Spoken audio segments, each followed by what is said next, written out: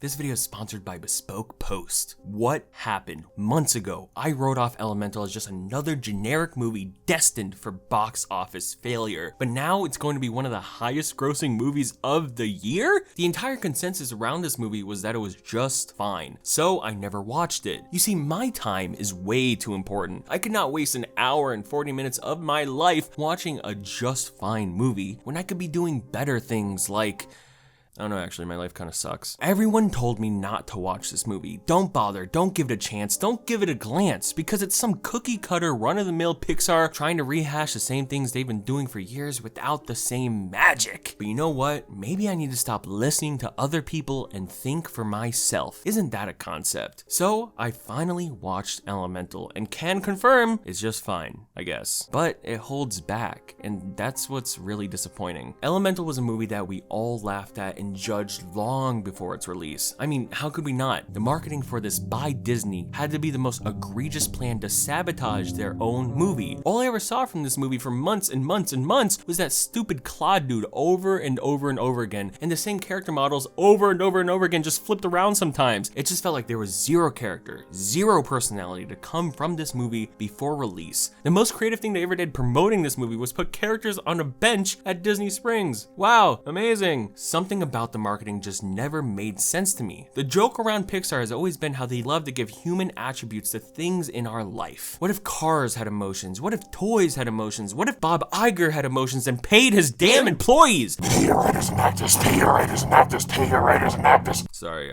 I don't know what came over me. Elemental is a movie that in concept should be absolutely perfect for a powerhouse like Pixar. Elements with emotions. Fire Girl and Water Boy. It's literally a match made in heaven for an animated studio like this, but I can't help but feel like this movie just wasn't realized to its full potential. There's a lot to appreciate in this movie, but by the end, it feels very half-baked and amateur. And I so don't want to feel that as the case because there is passion behind this story. The director Peter Sohn came up with a concept to reflect on his personal life growing up as an immigrant in New York. Seeing stories like this presented through animation in the most heartfelt way imaginable are perfect combos for Pixar and animation. So why by the end of the movie was I wanting so much more? I think this movie suffers from not being able to commit to its main themes and messages and instead resolves conflicts and growth through dumb actiony set pieces rather than allowing itself to tell a mature story for kids and adults alike. It's so hell-bent on following the cliches of past animated mistakes when the opportunity to be greater than it is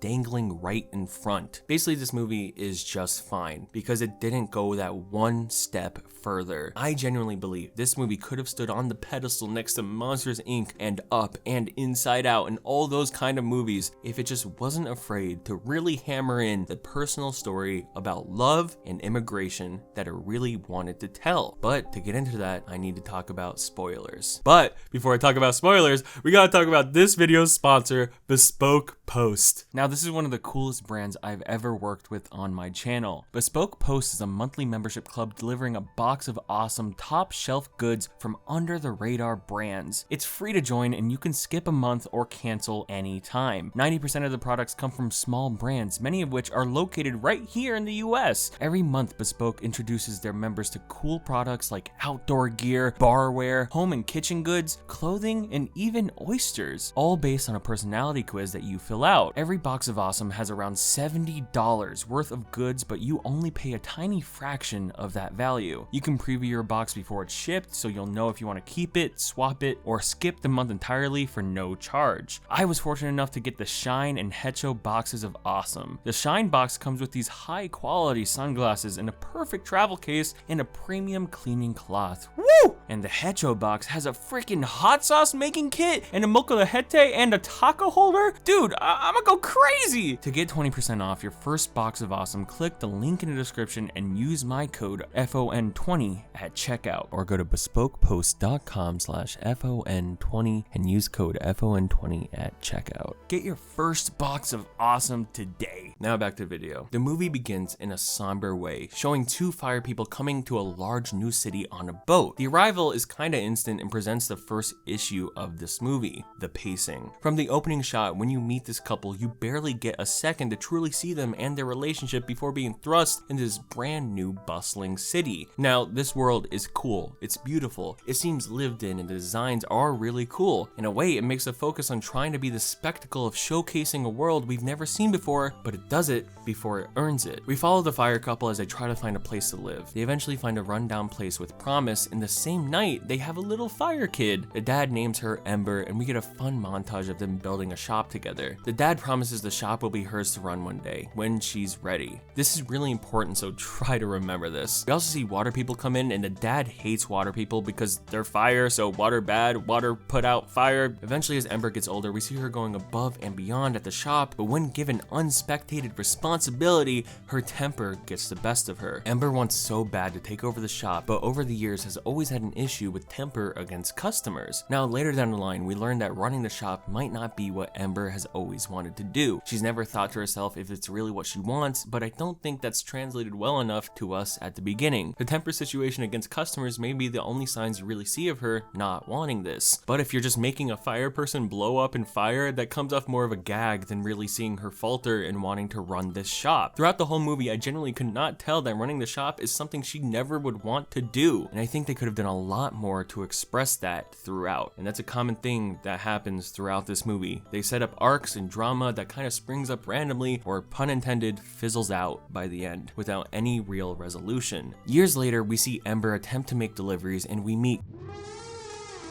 Claude. I want to hurt this child. His inclusion is such an unnecessary, forced comedic relief. He has 2 minutes of screen time to be the most annoying character imaginable just because Disney really wants to market these goofy little side characters even if they have no place or story in this movie. You could take him out of the movie and it would be fine. He doesn't benefit the movie, he only detracts. After Ember successfully breaks the delivery record, we find her dad passed out from exhaustion in the shop. This furthers Ember wanting to take over so he can retire, and her wanting to do better to run the shop. The next day, Ember runs a sale day all by herself. In this, we're supposed to see her get stressed by all the customers and showing that she's still not ready, and we get a big explosion and everything, but the moments leading up to that are so tiny. They happen so fast, but not in a jarring way that's supposed to stress the viewer. It holds back on making this a truly stressful moment for the audience to feel what Ember is feeling. Instead, you feel like an outsider in this moment, and many other moments like it in the movie. When she explodes, she causes a leak in the basement, leading for us to meet Wade.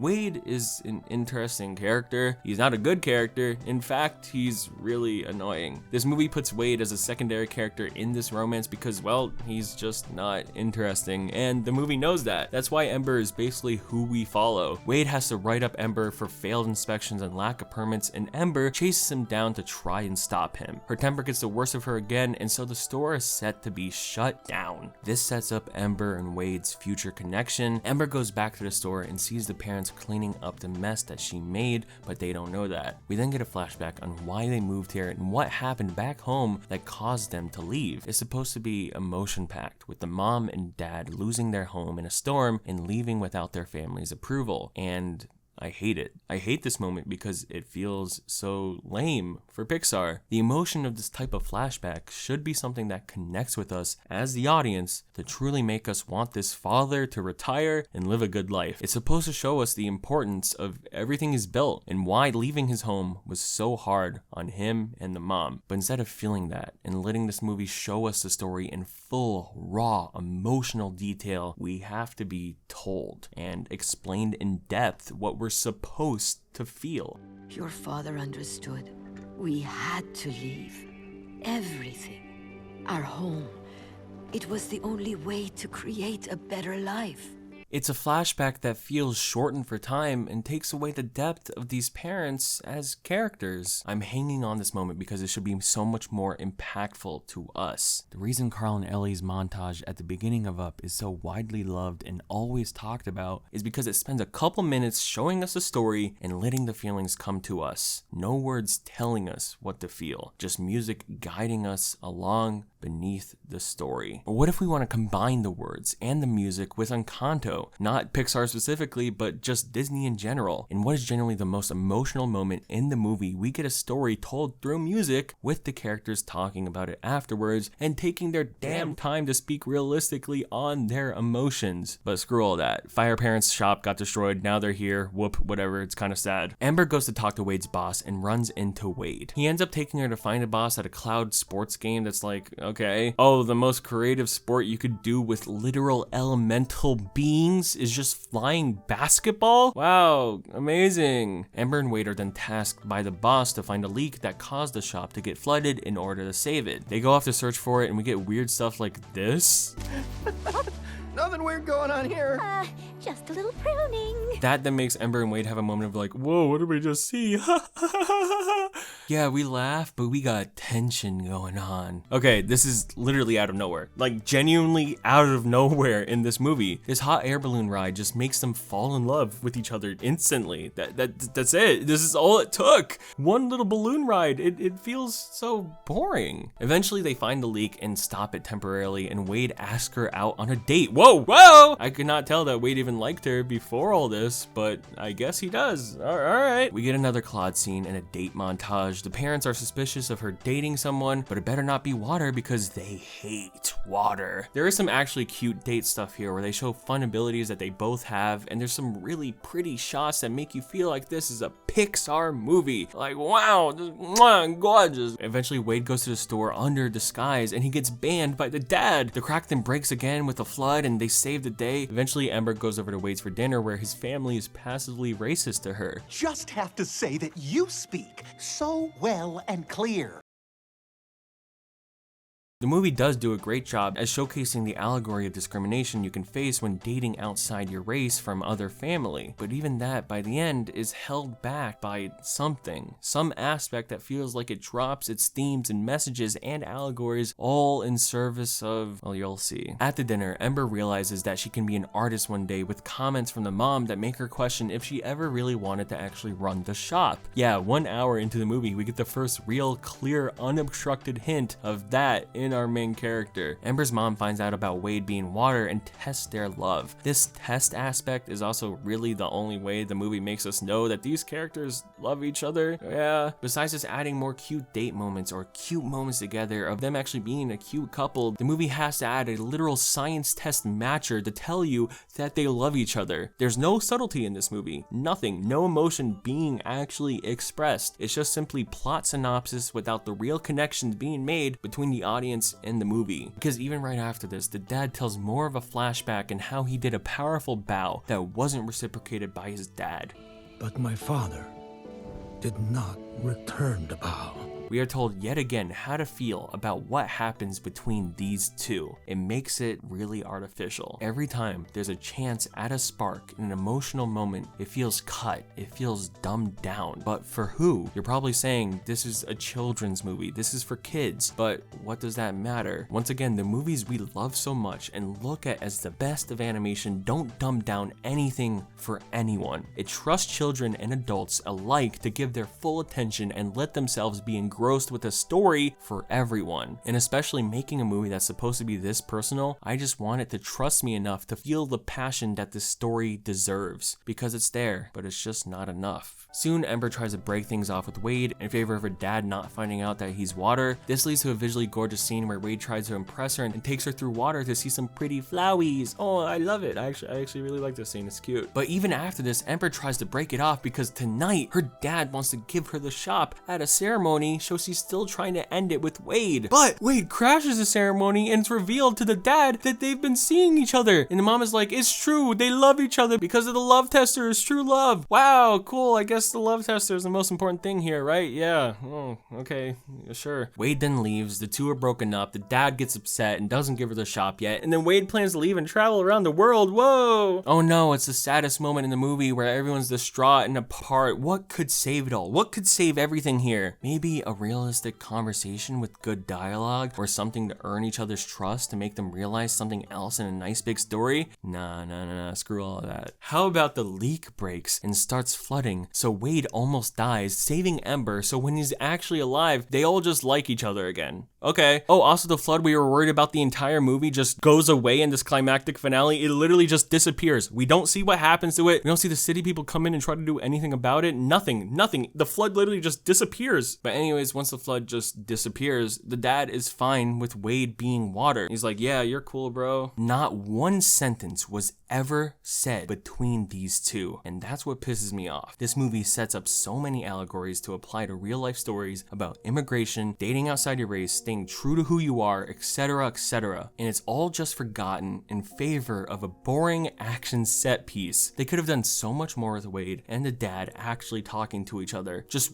once, please, just once. There's so much tension about him not finding out that he's water, but it never happens because he just loves him anyways because there was a flood. Wow, that really is going to apply to people who relate to this story, that if your parents don't like who you're dating, just have a natural disaster and live. You'll be fine right after that. Time and time again, Pixar has been the masters at taking movies not about humans and applying their stories to ours, even in the animated realm. From letting go to moving on to growing up and appreciating the small things. No matter how actually different these situations are from real life, they can apply to you, the audience, and have you connect deeply. But here, what am I connecting to? I didn't see a family get better. I didn't see them recognize each other's true desires. Her not wanting to run the shop just kind of happens after the flood too, and she chooses to be an artist and leave with Wade. And the dad sells the shop, whoop-de-doo, and that's the end. No actual growth between the characters. It's a whole ending to an arc that is completely missing. It skims out on going through with Ember's desire to not run the shop. It skims out on the hatred between fire and water. It skims out on Wade being a character. This man doesn't exist as anybody. He exists simply to be the love interest, and that's it. At the end of the movie, the one time it doesn't try to tell you how to feel is when Ember and her dad bow to each other. The one time where we get a quiet moment of emotion. And yet, I can't even appreciate it because it isn't earned. You told me what to feel in this moment long before it happened, instead of just letting this moment come to me and wash over me and have me start crying. Elemental is a movie that isn't daring. It's not trusting enough to the viewer to give itself a story and relate to its characters. It explains what you must feel and when to feel it. This is simply